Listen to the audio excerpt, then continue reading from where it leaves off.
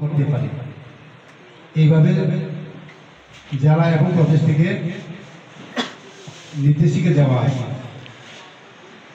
তো আমি আশা করি যারা নিযুক্ত হয়েছেন সবাই সক্রিয়, সবাই অ্যাক্টিভ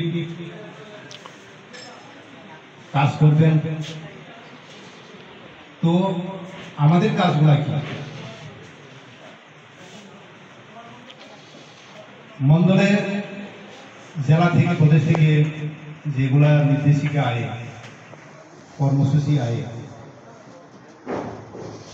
এটা এই কর্মসূচিগুলা অক্ষরে অক্ষরে পালন করা আমাদের নৈতিকতার দায়িত্ব আছে।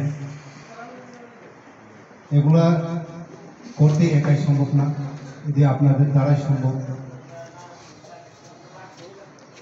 যদি জেলা প্রদেশ থেকে সূচনা কর্মসূচি আছে, এটা মন্ডলে করতে হবে সেরকম কোনো চিন্তা ভাবনা করবেন না। এই কর্মসূচি শুধু মন্ডল সভাপতি না, আপনারা সবাই আমাদেরকে দেওয়া হয়েছে, সেরকম মানসিকতা থাকবেন। আমি মন্ডল মিটিংয়ে বা মন্ডল কর্মসূচিতে না এলে এই কর্মসূচি চলবে না, সেইভাবে মানসিক মনের চিন্তা থাকবে সবাই। তো আমরা এখন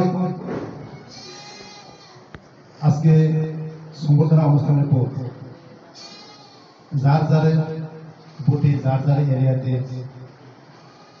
আমাদের যে 7 বছরের যে সরকার কি করছে,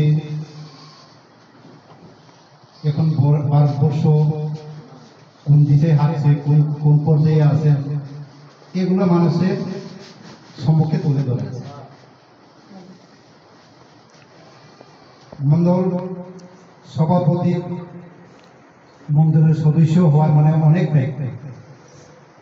দায়িত্ব পেয়েছে, কিন্তু সরকার থাকলে হবে না। আপনারা সবাই সবসময় সরকারের যে কর্মসূচিগুলা কি করেছে উন্নয়নের জন্য, এগুলো সবসময় আপনারা আলাপ আলোচনা করবেন। শুধু আপনারা যে বিরোধী দলের কথাই যদি আপনারা শুনবেন, তাহলে আপনারা বলার সুযোগই থাকবে না।